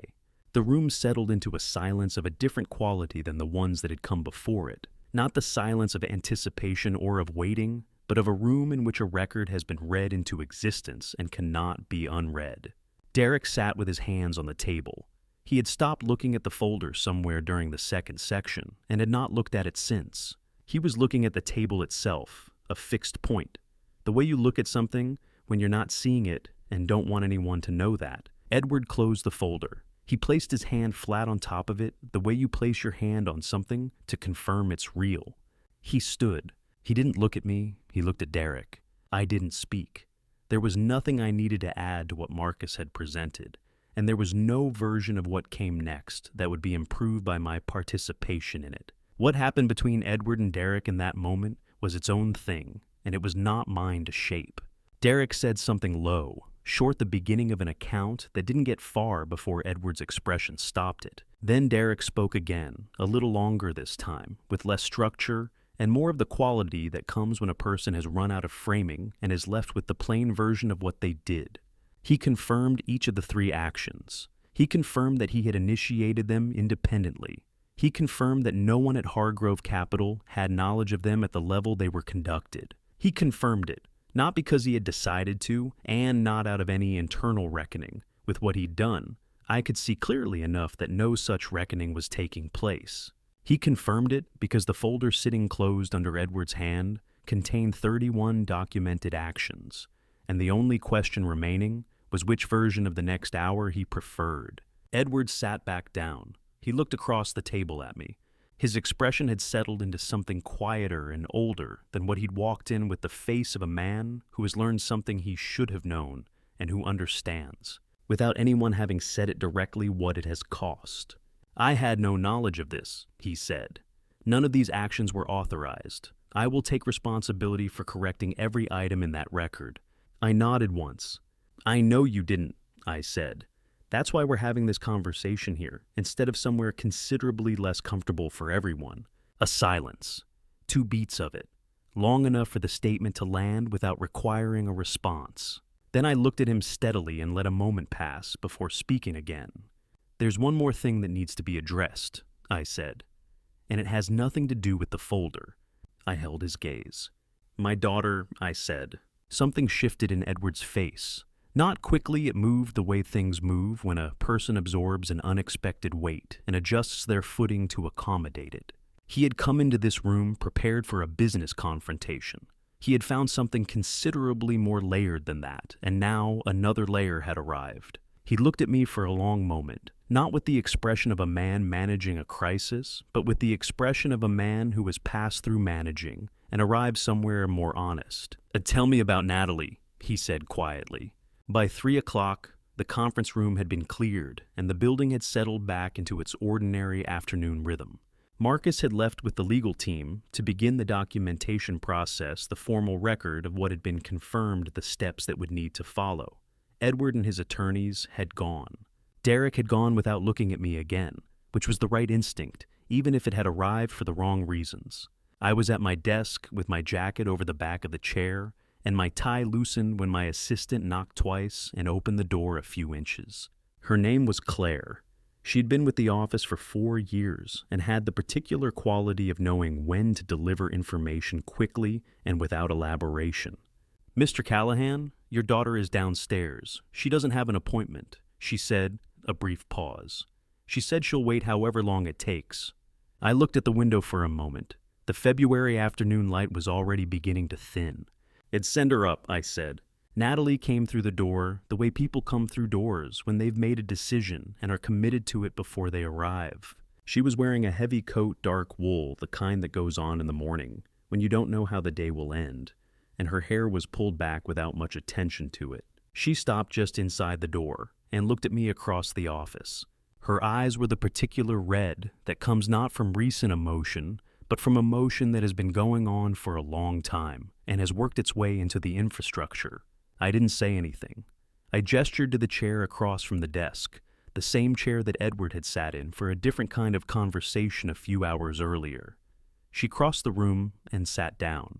She put her bag on the floor, placed her hands on her knees, and looked at the surface of the desk between us. I waited. This was not difficult. I have learned over many years and in many different rooms that silence offered to someone who needs to speak is one of the more useful things you can give them. It doesn't require anything. It just stays open. She started talking without looking up. The first year, she said, everything was fine. I don't mean that in the way people say it when they're making excuses for something. I mean that if you had asked me, I would have told you the truth, as I understood it, which was that things were fine. She moved one hand from her knee to the arm of the chair. A small adjustment, a kind of anchoring. It wasn't he never raised his voice. He never said anything directly wrong. It was more like, she stopped, started again. There were phrases he used, repeated. Not often enough that you'd notice a pattern right away, but often enough that they started to feel like things I believed rather than things he'd said. She looked up then briefly, then back at her hands. He used to say, "Your dad seems happier in his own world, Nat. He's probably more comfortable there." And it always sounded like he was looking out for you. Like he was protecting you from situations where you might feel out of place. Like including you less was actually the considerate thing to do. I kept my hands still on the desk. I kept my face neutral. Not because I felt neutral. I was aware of something in my chest that had the specific weight of understanding arriving too late, but because this was her account to give. And the shape of it needed to come from her, not from my reactions to it. "He never said you were wrong about anything," she continued. "He never said anything bad.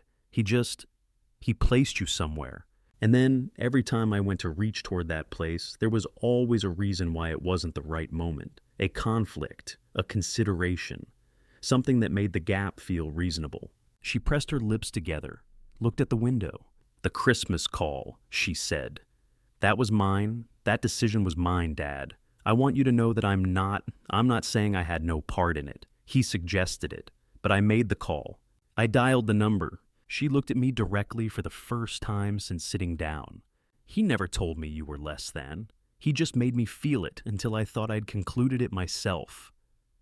The office was quiet, somewhere below. The building continued its ordinary late afternoon business. The low sounds of an organization that had 847 people moving through their work, without any awareness of what was happening on the 42nd floor. I did not speak. Not yet.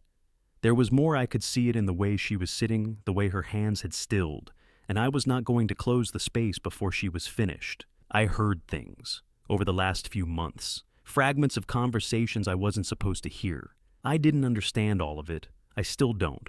But I understood enough to know that something was happening that involved you, and that Derek knew what it was. And I didn't ask him directly because I already knew. A pause. I already knew that whatever he told me wouldn't be the whole truth. She looked at her hands again. "I texted you last night because I was scared," she said very quietly. "Not for the meeting, for you. And I didn't know how to say that without saying everything else, so I just said, the small version. The small version." 3 words, and she'd sent them at 10 o'clock on a February night, and I'd replied with 3 words of my own, and both of us had said considerably more than the words we used. I waited another moment. She didn't add anything further. Then I asked the only question that mattered. "Are you safe, Natalie?" She looked up. Her mouth moved the beginning of an answer. She gave a single nod. Then something in it shifted and she shook her head. Slowly. She looked down at her hands opened in her lap. And she stayed there for a moment, looking at them as though checking whether they belonged to her. "I don't know," she said. "I'm not sure I know what that looks like right now." I stood up. The rooftop access door opened onto a narrow ledge that wrapped around the mechanical equipment housing on the 43rd floor. It wasn't a terrace in any design sense. No furniture, no lighting beyond the ambient glow of the city below. Just a flat surface and a railing and a view that extended to the lake on clear days and to a gray middle distance on days like this one. I'd been up here a handful of times over the years, mostly during the first months after we moved into the building, when I needed to think through something that the office walls were making harder to think through. Natalie followed me up without asking where we were going. That, too, was something sure had inherited from her mother, the willingness to follow a direction before understanding it, based on something other than information. The cold came through immediately. Chicago. In February at this elevation is unambiguous. The wind off the lake moves through you, rather than around you. And the sky in the late afternoon had settled into the particular gray that comes just before the light begins to go. We stood at the railing and looked out. The city spread below us, the grid of it, the buildings and the gaps between them, the dark ribbon of the river turning west somewhere below. Neither of us said anything for a moment. Then I started talking. In October of 1994, I said I had $11 in a checking account, not 1,100. 11. The company was dissolved. The debt was restructured into a payment arrangement that was going to take 4 years to work through, and your mother was in her 3rd trimester. Natalie was looking out at the city. She didn't turn. We'd moved everything we could afford to move into a 2-room office in a building on the south side, the same block as the house, actually.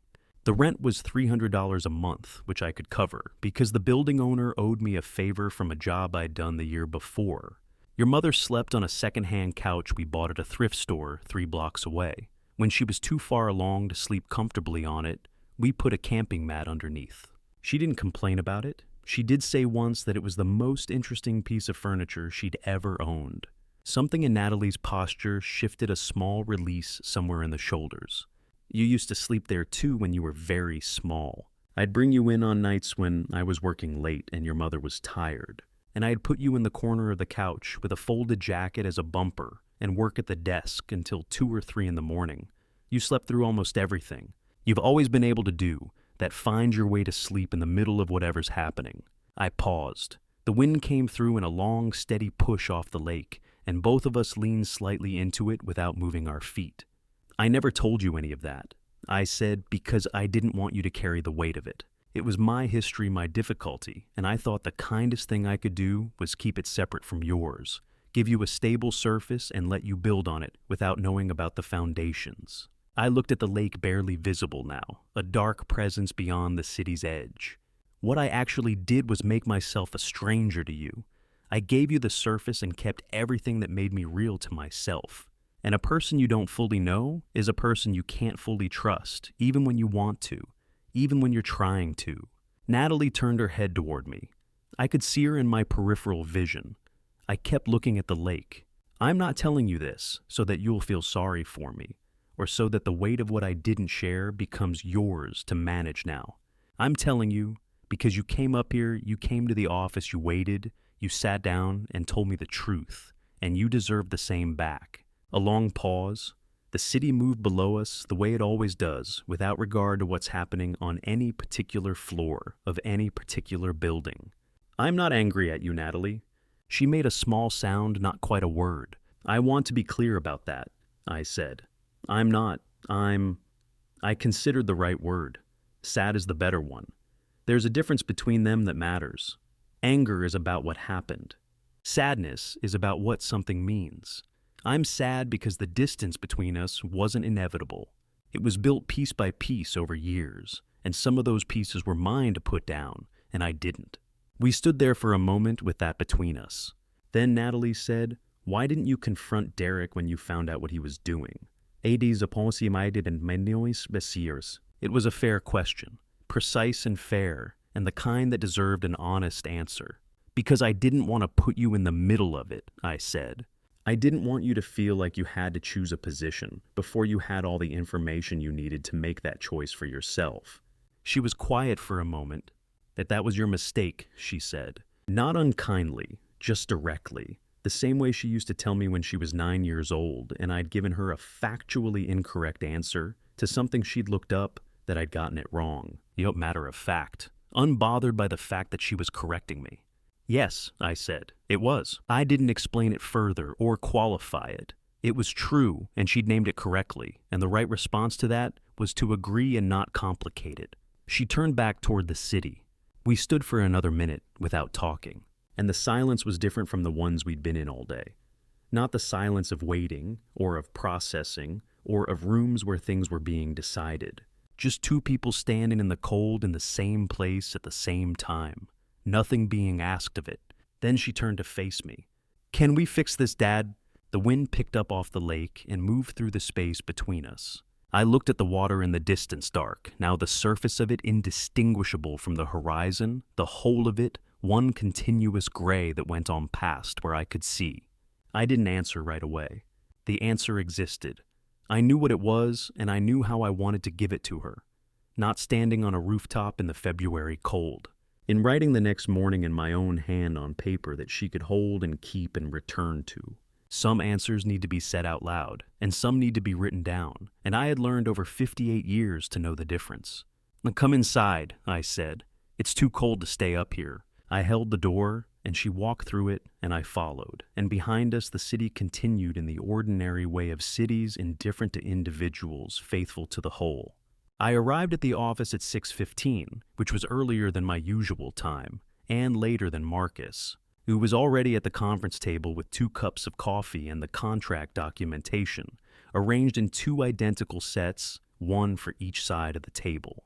He had paper-clipped the signature pages to the top of each stack and set a pen beside each one. He didn't say good morning. He slid one of the coffees across the table toward me and opened his own copy to the first page.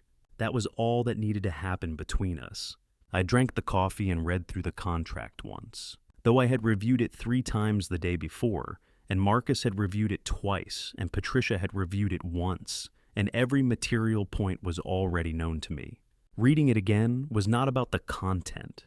It was about giving myself the full measure of the morning before Edward arrived. He came at 8 o'clock exactly.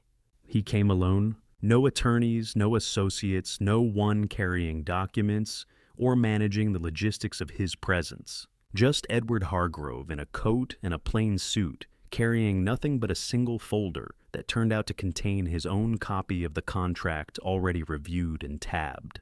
He set it on the table, took the seat across from me, and accepted the coffee Marcus offered without comment.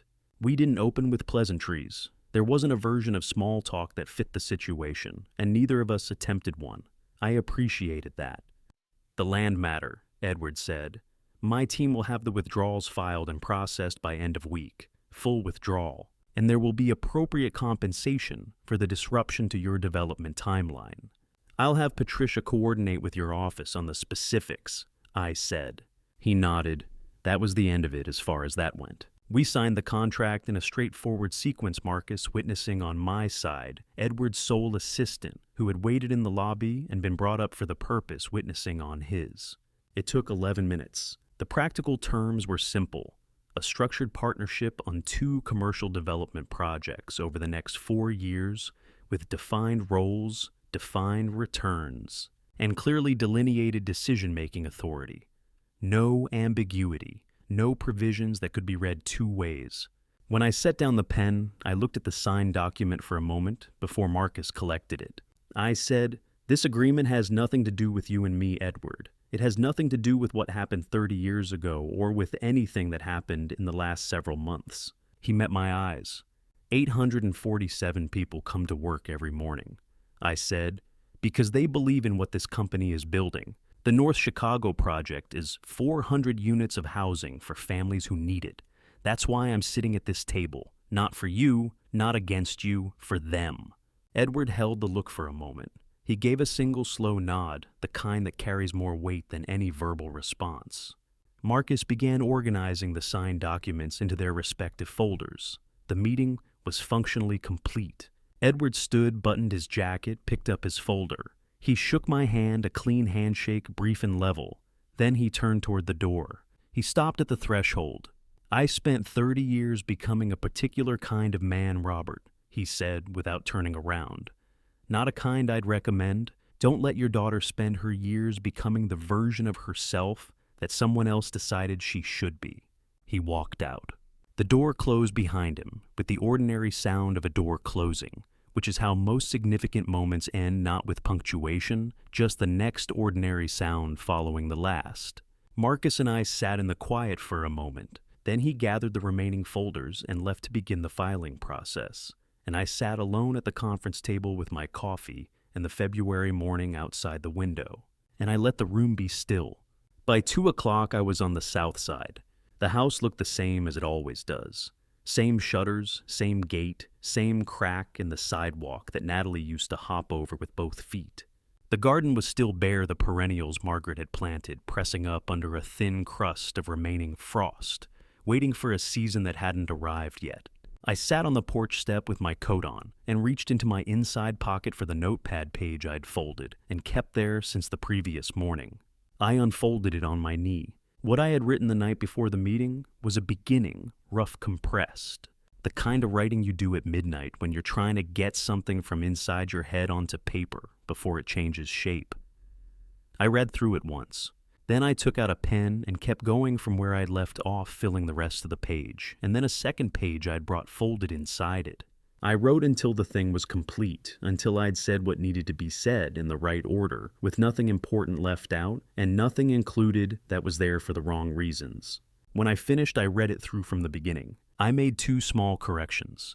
Then I folded the pages carefully twice precisely and placed them in the envelope I'd brought from the office. I wrote Natalie's name on the front in the kind of deliberate hand that means you're paying attention to each letter as you make it. I held the envelope for a moment, then set it on my knee. From the same inside pocket, I took out the other envelope. It was yellowed now, the paper softened by decades of being kept and moved and kept again. The handwriting on the front was Margaret's my name in her careful script, with the date written beneath it in smaller letters. 2001. I had opened it once 23 years ago, on a February morning in that same office building, and I had read it through once and then folded it back and placed it in the envelope and carried it forward without opening it again. Not because I was afraid of what it said, because I hadn't been ready to receive it fully, and I had known that at the time, and I had made a decision to wait.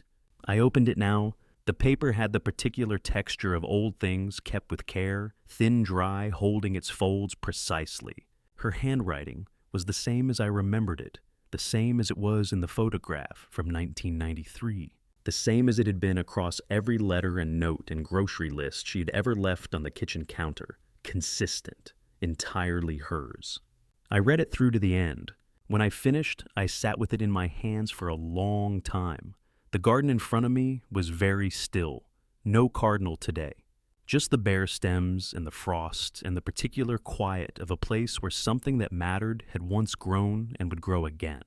I folded the letter back into its original creases carefully along the existing lines, the way you fold something you intend to keep. I put it back in its envelope. I held it in both hands.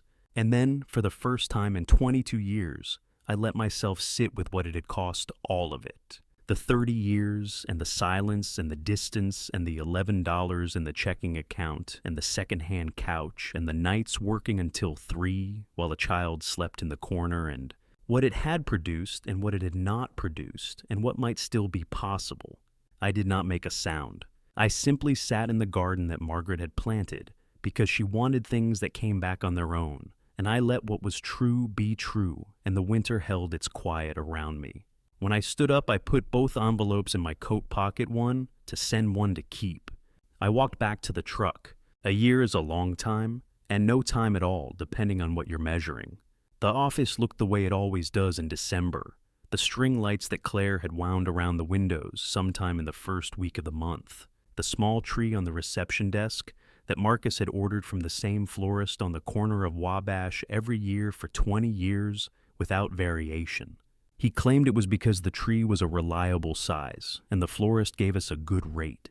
I had long suspected it was because consistency in small things was one of the ways Marcus maintained order in a world that didn't always cooperate. Both things could be true. The team had gathered in the main floor space, which we cleared on the last working Friday before the holiday each year, the table pushed back. The chairs arranged in the loose configuration of people who were comfortable enough with each other not to need formal seating. There was food from the Italian place 2 blocks over that Patricia had been ordering from since her first year with us. And there was the particular noise of a room full of people who spend most of their time in focused work, suddenly permitted to be simply present with each other. 847 people, and a fair portion of them were here tonight.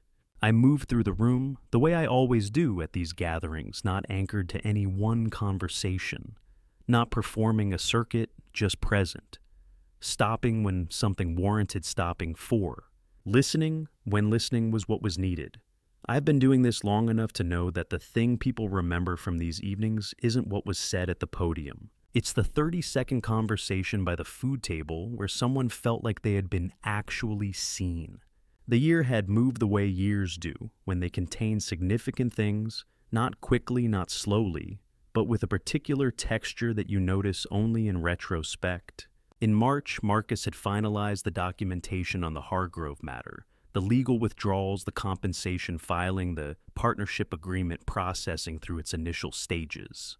The North Chicago project had resumed its timeline in April, 2 months behind the original schedule, which was recoverable. The foundation work was underway. In April, Natalie had called and asked if I wanted to get coffee. We had met at a place near her apartment, a small corner cafe, not the kind of place you go to be seen the kind you go to, because the coffee is good and the tables are the right distance apart. We had sat for an hour and a half. We had not resolved anything. We had talked about ordinary things, a book she'd been reading, a neighborhood I was considering for a smaller project, the way the city looked different in spring than in any other season. At the end, she had said, "Same time next month," and I had said yes, and then we had both understood that the question hadn't really been about coffee.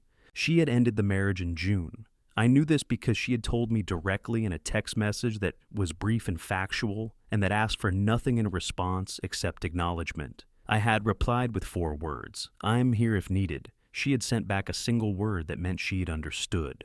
In September, we had dinner. A proper dinner at a restaurant. She chose where we sat for 2 hours and talked about things that were closer to the real things, her work, which she'd redirected towards something she'd been putting off for years. My work, which I described more fully than I had in a long time. The Southside house, which I told her I still owned and still visited, and which she said she'd like to see again someday when it felt right. Someday when it felt right. That was where we were, which was further than we had been and not as far as we would get, and the right pace for the distance we were actually covering. Marcus found me near the windows around 8 o'clock. He was holding 2 glasses, one of which he extended in my direction, and wearing the expression of a man who has something he wants to say and has been waiting for the right moment. If I could have everyone's attention for approximately 45 seconds, he said, addressing the room without raising his voice much. Because 45 years of managing rooms had taught him that you don't need volume if you have presence. The room settled. "I've worked for this company for 15 years, he said, "which means I've watched it be built from a version of itself that occupied half this floor into whatever it currently is. Which is considerably more complicated to explain at parties." A small laugh from the room. "I've watched it make decisions that prioritize people over margins on more than one occasion, in more than one context, and I've watched those decisions turn out to be correct." He turned toward me briefly.